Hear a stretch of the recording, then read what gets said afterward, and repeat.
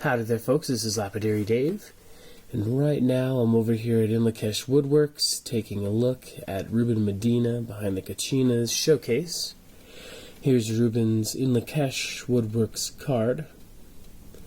Me, Randy Roughface, Reuben Medina, and Terry McCauley work at Inlakesh Woodworks right now, making all kinds of different crafts, nowadays mostly jewelry and Native American hand drums.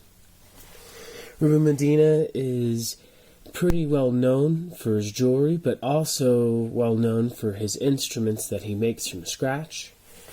He's a very talented luthier, making unique instruments and traditional instruments in his own unique way. This instrument's called a Cuatro, and this is one of his 12-string guitars that got sold at Studio 107B, I believe like 2 or 3 months ago. This one was called a Sundancer. This is the fiddle you saw in the video that I posted last. On sale right now at Studio 107B for $4,500.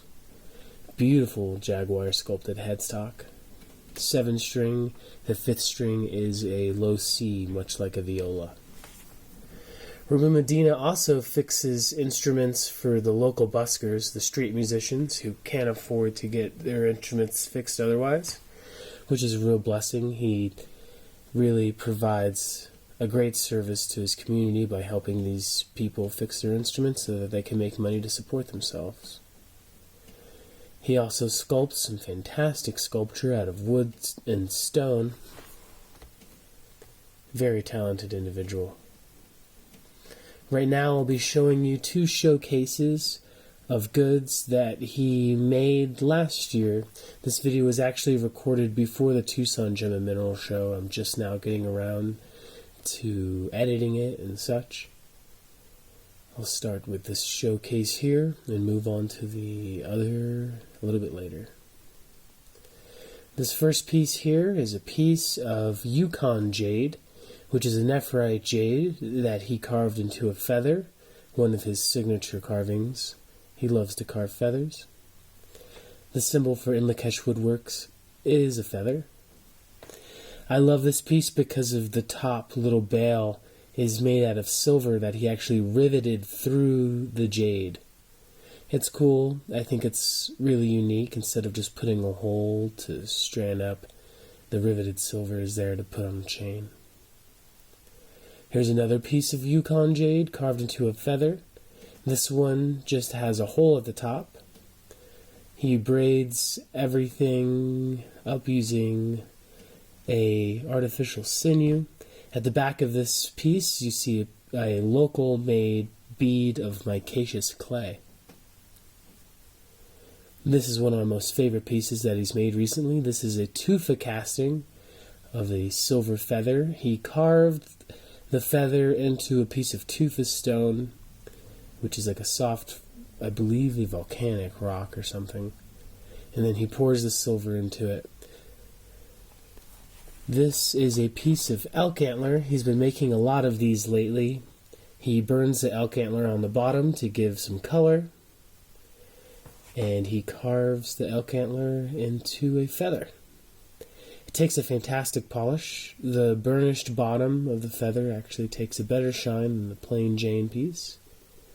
This one's backed with a simple piece of glass. Here's 2 more feathers. Both of them are elk antler. Awesome pieces. Both of them are braided, one with a piece of micaceous clay, and the other one is finished with some green and red sinew. Awesome pieces. He can dish these out in just under an hour. This one's backed with a piece of mammoth ivory. He's had a good supply of mammoth ivory floating around the shop for many years now. Awesomeness. The micaceous clay beads are actually made right here in Taos, New Mexico, at the Taos Pueblo. Beautiful pieces. These two feathers are made out of a stone called Minnesota pipestone, also known as catlinite. It is the sacred red stone of the Lakota people. Traditionally, they make pipes for ceremony called Chiappa out of these materials. Reuben makes Chiappa, but he also saves the leftover pieces to make pieces of art. He braided up these pieces. This one has a backing bead of glass. This one's super nice. It has some spots in there. I believe it might be quartzite or something growing inside the catlinite. Gives a great figure, great character. The story behind the catlinite is that the yellow buffalo calf woman came to the Lakota people with the sacred Chiappa. Check out that story. It's a really great story. I don't want to botch it. This is a beautiful material. This is a piece of parrot wing chrysocolla that I gave Ruby. He carved into a little feather. This material comes from Sinaloa, Mazatlan, Mexico. Awesome stuff. Sinaloa is a beautiful, beautiful place. Great resort beach town in Mexico. Awesome little feather. I believe this piece belongs to his wife nowadays. This is a fantastic piece of amber from Chiapas, Mexico. On the side, I believe those are walrus tusk ivories. And along the strand are some more walrus. On the back is a piece of mammoth ivory. Fantastic stuff. I believe he got this raw material from Phoenix Harp. Beautiful, beautiful stuff. Has a little bug inside. That's always a pleasure to find. Sometimes people throw bugs into vats of amber that they then make look rough, but this piece was a legit piece of amber that came rough from a great vendor of Chiappa amber during the Tucson Gem and Mineral Show at the Keno Electric Park where me, Lynn, and Phoenix vend. Here's another piece of the same, carved into a beautiful owl. The owl is a big medicine animal. Beautiful piece. My finger grease is smudging all over the surface, but you can still see the beauty nonetheless. The eyes are made out of abalone. He actually uses the abalone dots that are inlaid in instrument necks as like fingerboard markers. This, my friends, is a piece of emerald tangerine. Tangerine is a relatively new material on the market from Tanzania. It's not emerald, and it's not tanzanite. I believe it is a lithium-filled quartzite. Beautiful stuff. Tangerine comes in two colors, the green and the strawberry. I was given this piece as a gift in the raw, and then I gifted it to Reuben Medina. I lost the piece of strawberry on my way back from Tucson 2 years ago. Awesome stuff.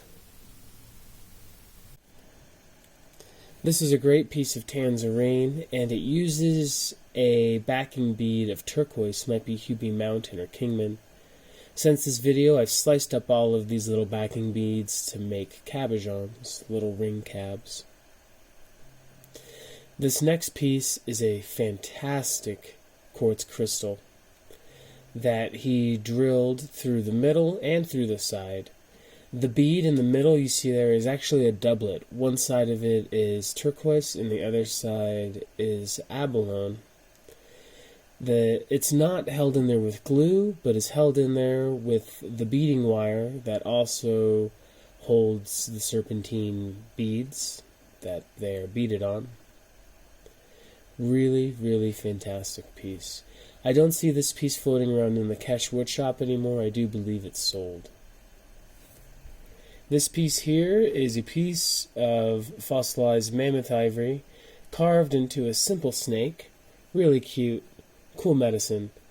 It actually uses turquoise for eyes, much like you'd see a Zuni sculpture when they make the bears and such. Cool two-tone colored sinew, brown and turquoise. This next piece is one of my most favorite pieces Reuben has ever carved. It is a beautiful silver and Chiappan amber motif necklace. It's the piece that's on the Inlakesh card. Beautiful stuff. The motif is actually not carved in the amber, but is carved into a piece of abalone that backs this necklace in the shape of a heart. This is a stunning piece. Very unique. I'm not sure what the beads are made out of. Definitely some kind of gemstone. I would imagine maybe obsidian or onyx, a black agate or something. I love this piece. Real beautiful. Reuben makes his own bezels. I don't make my own bezels all the time. I do sometimes. This is a piece of, I believe, walrus ivory. And this ring is mammoth ivory and silver carved into a scarab. And this other ring is silver with, I believe this is either Libyan glass or serpentine. If it's a serpentine, it's one of the hardest I've ever came across. We did have a lot of Libyan glass floating around. It might be Libyan glass. Fantastic scarab. Reuben's really into the Mayan calendar, mythology, and religion, and his Mayan glyph is the symbol of death. So he makes a lot of scarabs. It's kind of like his medicine animal. Beautiful stuff. And he's great at it. This you might have seen in my video for Lake George Amazonite. I gave him this piece and he quickly carved this fantastic silver, copper, and Amazonite scarab ring. Absolutely fantastic. We didn't treat the Amazonite, so it has all the red stuff in there, which we both like. This is a stunning ring. I believe that this ring was stolen and then returned. What a blessing. One of my most favorite pieces. I'm so happy I gave him my Amazonite crystal. Check that out. The scarab looks great, made out of mastodon. Mastodon ivory has just recently become extremely hard to acquire. The walrus ivory is still pretty easy to get your hands onto. I see a lot of it floating around during the Tucson Gem and Mineral Show. Truth be told, I'm not sure which one of these two pieces is which, the mammoth or the mastodon. I assume that this eagle ring is the walrus and the other piece is the mastodon. Fantastic. On the top of the eagle's head is a nice feather. Beautiful ring. Reuben carves a lot of eagles.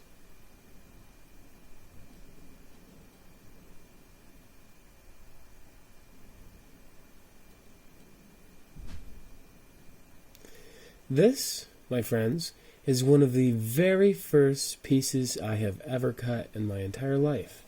I cut this piece of bloodstone many, many, many years ago. I mean, I was just a kid. Beautiful stuff. He put it into a ring. The bezel, believe it or not, is actually made out of a Sacagawea gold dollar coin, which I believe is not gold. But he managed to melt it down and make a fantastic bezel out of it. The shank is made out of silver. Reuben's birthstone, I believe, is bloodstone. This material I probably recut 3 or 4 times over the years before it actually made it into Reuben's ring. He paid me very well for this piece of bloodstone, definitely way too much. But he did it to teach me to charge what my time is worth and what my art is worth, which is a lifelong blessing that I really appreciate Reuben for. I love that man. So that's that first showcase there, perhaps more of the premium stuff. And this showcase here is a lot of his pieces that are perhaps a little bit lower budget. Some of these pieces don't cost nearly as much as the others. A handful of these pieces in this case I actually cut myself and have traded or sold Reuben over the years. I don't think we're going to show those off. We'll just show off Reuben's pieces. This first piece is a feather carved out of Chiappa and amber with what I believe might be spiny oyster shell beads, accompanied with what looks like either tiger's eye or amber beads. Fantastic piece. He gets a great shine. I met a gentleman during the Tucson Gem and Mineral Show who swears up and down on using that Meguiar's headlight cleaner to give amber a final polish. You just wipe it on there and wipe it off, which kind of makes sense since it kind of breaks up the plastic, kind of breaks up the amber. This is a crystal skull that Reuben Medina made himself. I believe it's one of the first crystal skulls that Reuben has ever carved. He made this piece extremely fast. He works really hard and really fast like I do. Or I guess I could say I work a little bit like he does. The eyes of this crystal skull is made out of the abalone that came in dots intended for the fingerboard or fretboard of a stringed instrument. Those little dots that guide your fingers on guitars are what I'm talking about. This quartz is fantastic stuff. I believe it comes from Cuesta, New Mexico. There's a place called the Mali Mine up there. This is the same quartz, capped with a fantastic piece of Jadeite jade from Burma, or I guess you could say Myanmar. Stunning little wand. Beautiful, beautiful stuff. I love the Jadeite jade cap. This piece totally inspired me. I really wanted to make similar pieces to this. It's real simple. You can make it really fast. It looks beautiful, and it can be quite valuable. The backing bead looks like a piece of handmade glass. Reuben puts little knots along his braids on some of his pieces. I don't do that enough. It really makes it look great. I should do it a lot more. Awesome, awesome piece. This here is a fossilized mammoth tusk goddess that he carved. He used to carve these many years ago, and I believe this piece might be nearly 10 years old. Fantastic. It looks great. It cuts great. It doesn't take too long to make, and there's definitely some powerful medicine. Big busty goddess, backed with a piece of blue glass. It looks absolutely stunning. This here is a piece of that same quartz from the wand pendant and from the crystal skull. He carved into a wavy, curvy, phallic-looking snake. He riveted a piece of silver to be used as the bail. Awesome piece. I love, love, love the riveted silver bails. I think it's way cooler than just putting a hole in stone. He drilled this piece using a flex shaft and not our water swivel. He actually bought half of the water swivel many years ago I actually convinced him to help me buy it. This is a piece of Mexican serpentine that I believe I got from the Buena Vista Gem Show. He might have made this piece in like 15 minutes. Just flew. A really cool pre-Columbian looking heart. With a nice spiral. Real simple.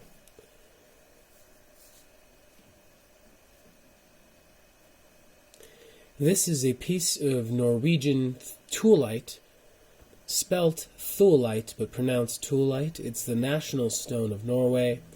I have a video explaining a little bit more about this material, but I'm going to make another one soon. This material is absolutely fantastic.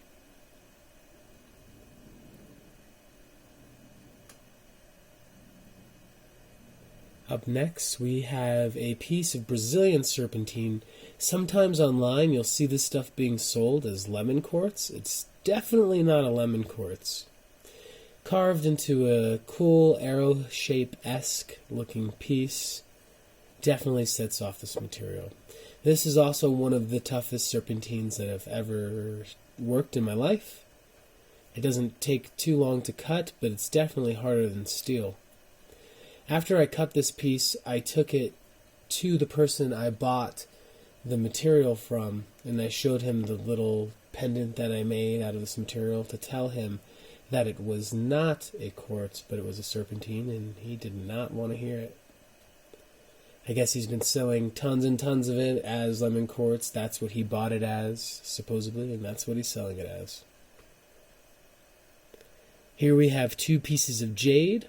This piece here is a piece of Yukon Jade that we got from our good friend Roger during the Tucson Gem and Mineral Show at the Keno Electric Park. Made into a cool little talisman. And this other piece is a piece of white Jadeite jade, perhaps what you would see lavender jade. It would be the same stuff as lavender jade, just without any of the lavender. It is a white Jadeite jade that comes from Burma or Myanmar. Reuben Medina had a lot of bangle blanks that were actually the cores left over from bangles. Here's two beautiful pieces, a piece of fossilized mammoth ivory on the left, and that same Mexican serpentine on the right that we got at the Buena Vista Gem Show. Real simple pendants, but real nice. Reuben Medina can actually get about a 1 and 1.5 millimeter hole using his flex shaft. He takes his time. I am a speedster, speed machine, and I usually can't get anything smaller than 2.5 millimeters with my flex shaft. Beautiful, beautiful piece. This mammoth ivory is accompanied by two pieces of either mammoth ivory beads, or it could be fossilized walrus ivory on the sides.